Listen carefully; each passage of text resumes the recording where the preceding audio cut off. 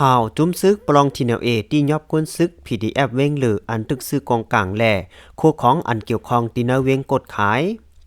ซึกทีแนวเอและ MNDA ตึกเป็นปัญหาเคียงแข่งกันซึกไว้อยู่ที่เว้งกดขายนั่นซึกทีแนวเอไล่ตียอบไว้ก้นเนจุ้ม PDF 2ก่อตีเนเว้งกดขายอีกตั้งเครื่องกองกลางและเครื่องโคอันเกี่ยวข้องซื้อไว้ตา PDF MDY PDF เว้งหรือนั่นว่าไหนไล่ฮู้ว่าวันที่11เดือนมาคมปี2026มื้อว่าในย้ำไว้วัน 3 โมงครึ่งนั้นตับซึก100ทีนเอเข้ากดทัดที่ยอบเอาตัวก้นซึกตีเนอร์ตับ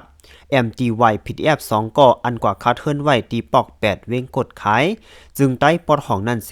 มีการสั่งซื้อเก็บครึ่งกองกลางตาเอาส่งปัน PDF เว้งเลยแลอีกป้าครึ่งกองกลางโคของเจ้าตื้อตั้งนำตั้งหลายว่าไหนผู้จำเจอภายการก้าขายเครื่องกองกลางตีนเวียงกดขายก่อ1ลัดกว่าดีสื่อข่าว7 Star News ว่าผู้เข้าจุ้ม PDF 2ก่อในไล่ซื้อเอาเครื่องกองกลางเครื่องเจอโคตื้ออันตามตัวก้นซึกเนอทีนเอเขาก็ขายปันแลซ้ำขึ้นหักหลังเสลากป่องเข่าปันกันขึ้นเสตียอบไว้ PDF 2ก่อนั่นว่าไหนเนื้อการหมักมือจื้นย้ำและเครื่องกองกลาง PDF เขาซื้อมาตั้งหมดในเป็นก้นซึกที่แนวเอก็ขึ้นขายปันขึ้นกล้วยออนั่นลองในยำมีมาหลายปอกเยาตามตัวเขาก็มากับสืบเสขายปันออนั่นปอเยาก็เขาจังขึ้นหลักปองเขาปันก้นนาเขาเสหากว่ายอบเอาหังกวย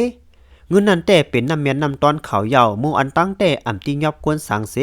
ยืดซิมเอาไว้เครื่องกองกลางเครื่องโคอันเกี่ยวข้องเจนันกวยเครื่องกองกลางแลหมังมือจื้นย้ำอันซึกทีนเอขึ้นซิมเอาขึ้นตียอบเอาไลตี PDF 2ก่ออำเจเลวาเอกวยนั่นแต่ไลฮู้ว่ากอง40เล้าหมักกอง5เฮงแอบ9โฟวี2ลำกาแซกติสายกะ2ลำโดเงิน80แสนปาแลตึกเสพเจอในแทงเสตียอบเอาป้าตัวก้น PDF 2ก่อนั้นกว่าป้าว่าไหน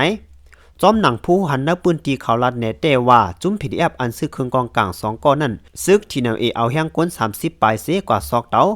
อองตีขายอยู่นั่นเสตียอบเอาโตข่าวกว่าย้ำเหลียวผู้เขาจุ้ม PDF 2ก่ออัญญาทีนเอตียอบไว้นั่นที่ NLA เอาตัวเขากุ้มขังไว้ที่นเวียงกดขายเสภายก็หันอ้อยหลีเขาก็มีไว้ที่เวียงกดขายนั่นเสเขาตึกคัดเจอกับสารกันดังที่ NLA ตาเตปล่อยปัน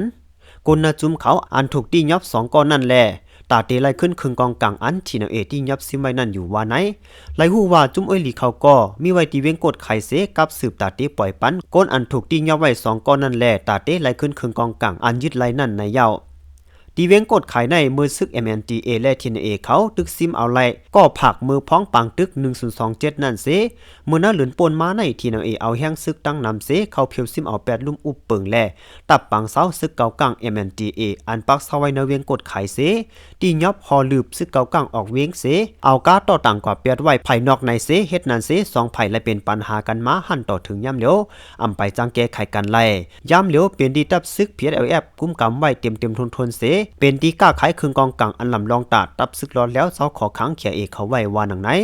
และหูซ้อมข้อมูลข่าวเงาเลียงหุ่นเหมาออกเนมีไว้หนังไหนค่ะเหมาสูงตั้งเซงค่ะกุ๊กไข่มิวนาย MDY PDF တပ်ဖွဲ့အတွက်ဝယ်ယူစုဆောင်ထားသောလက်နက်များနှင့်ဆက်ဆက်ပစ္စည်းများအပြင် PDF 2ဦးကို TNLA ဖမ်းဆီးရှမ်းပြည်နယ်မြောက်ပိုင်းกุ๊กไข่မြို့ရပ်ကွက်ရှင်၌အိမ်ခန်းငါးနေထိုင်ကမန္တလေး PDF တပ်ဖွဲ့အတွက်လက်နက်များဝယ်ယူစုဆောင်နေသော PDF တပ်ဖွဲ့ဝင်2ဦးနှင့်လက်နက်ပစ္စည်းများကို TNLA တပ်ဖွဲ့ကယနေ့မွန်းလွဲပိုင်း3နာရီအချိန်တွင်ရှမ်းတကင်စီနင်းကဖမ်းဆီးထိန်းသိမ်းခဲ့ကြောင်းသတင်းရရှိပြီး၎င်း PDF တပ်ဖွဲ့ဝင်2ဦးဝယ်ယူထားသည့်လက်နက်ပစ္စည်းများသည် TNLA တပ်ဖွဲ့ဝင်များကိုယ်တိုင်ရောင်းပေးခဲ့သောပစ္စည်းများဖြစ်ပြီးအချင်းချင်းသတင်းပေးကပြန်လည်ဖမ်းဆီးခြင်းဖြစ်ကြောင်းကုတ်ခိုင်မြို့လက်နက်အယောင်းဝယ်ဈေးကွက်နှင့်ညီးဆက်ဖို့တူက7 Star News ကိုပြောသည်အခု PDF တွေဝယ်ယူထားတဲ့လက်နက်ပစ္စည်းတွေထဲကကြီးစံလေးအားလုံးဟာ TNLA တပ်ဖွဲ့တွေရောင်းပေးခဲ့တဲ့ကြီးတွေပါအရင်ကလည်းအချင်းချင်းထစ်ဖူးတယ်သူတို့လာချိတ်ဆက်ပြီးရောင်းပေးတယ်ပြီးတော့သတင်းပေးပြီးပြန်ဖမ်းခိုင်းတယ်ပတ်စံကသူတို့အမျက်ပေါ့အရင်တုန်းကလူတော့မဖမ်းဘူးပစ္စည်းပဲတင်သွားတာမျိုးအချင်းချင်းလုပ်ခဲ့ကြတယ်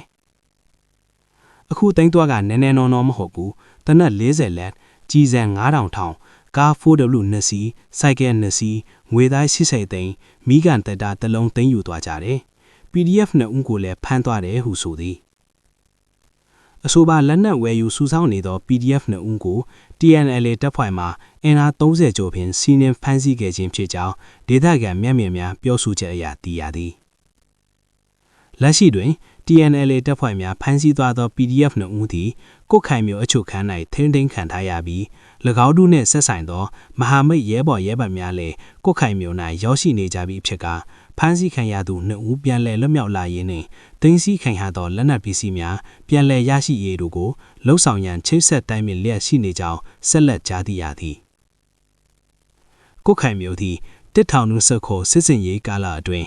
MNDA တပ်ဖွဲ့နှင့် TNLA တပ်ဖွဲ့တို့တိုက်ခိုက်သိမ်းပိုက်နိုင်ခဲ့သောမြို့ဖြစ်ပြီးယခုအချိန်၌PSLF-E အုပ်ချုပ်ရေးရန်တရားပတိအဝါလဲပတ်လျက်ရှိသောမြို့ထက်က